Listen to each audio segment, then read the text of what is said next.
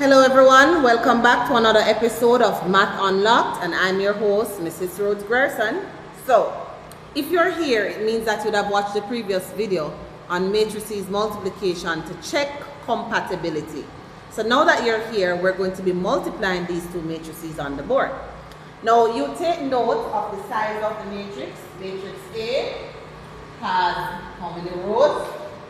I'm going to highlight my rows. So this is row 1. And this is row 2.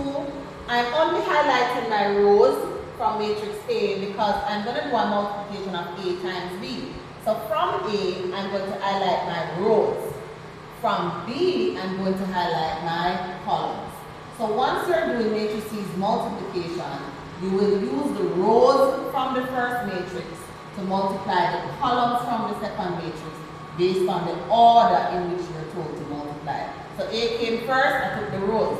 B comes second, I took the columns. So rows from first and columns from second. That's how I'm going to use them to multiply.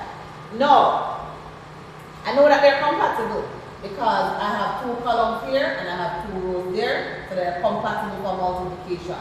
So in my solution matrix of A times B, since I'm taking 2 rows from A to multiply, it means that my solution must have 2 rows in it.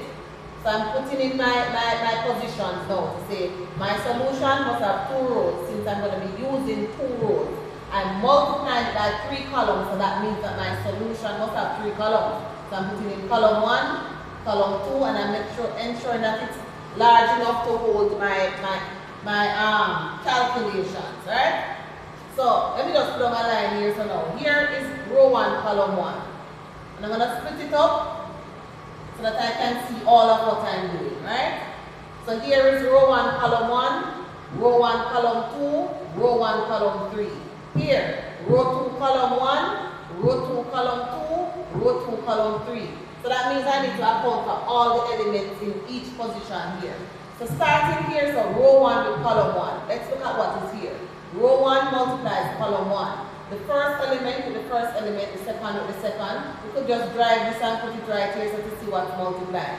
So let's start by looking at what is being done here. Row 1, what are the elements in row 1? I have a 1 multiplying what?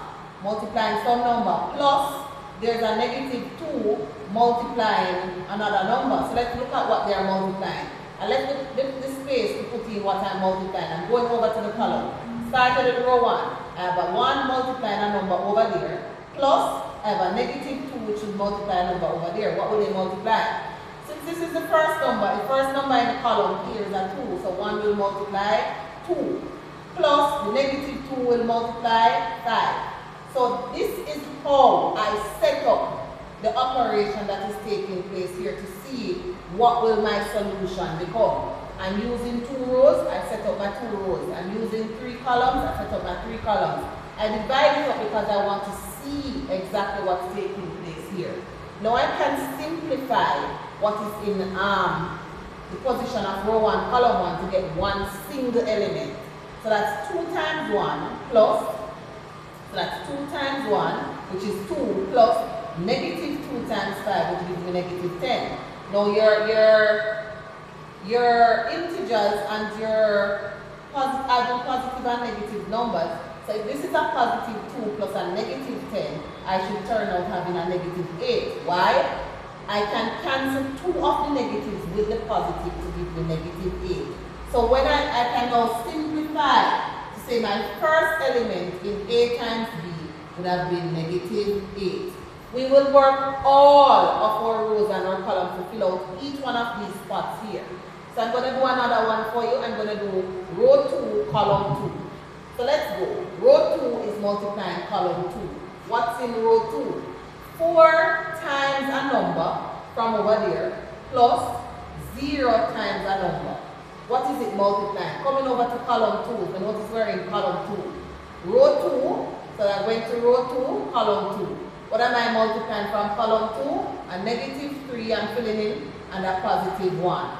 Simplifying this, 4 times negative 3, that's negative 12 plus 0 times any number is 0. So this simplifies to become negative 12. So if I'm filling out my solution box, I will know that in row 2, column 2, would have been negative 12. Notice that the solution itself don't have no lines in there. My rows are organized in, my matrix is organized in rows and columns, but those lines are invisible. You're not seeing them. So, your task as always is to do some work. Come in and fill out what would have been row 1, column 2, row 1, column 3, row 2, column 1, row 2, column 3. Comment what are your answers in the comment section. Let's check each other to see how are we doing.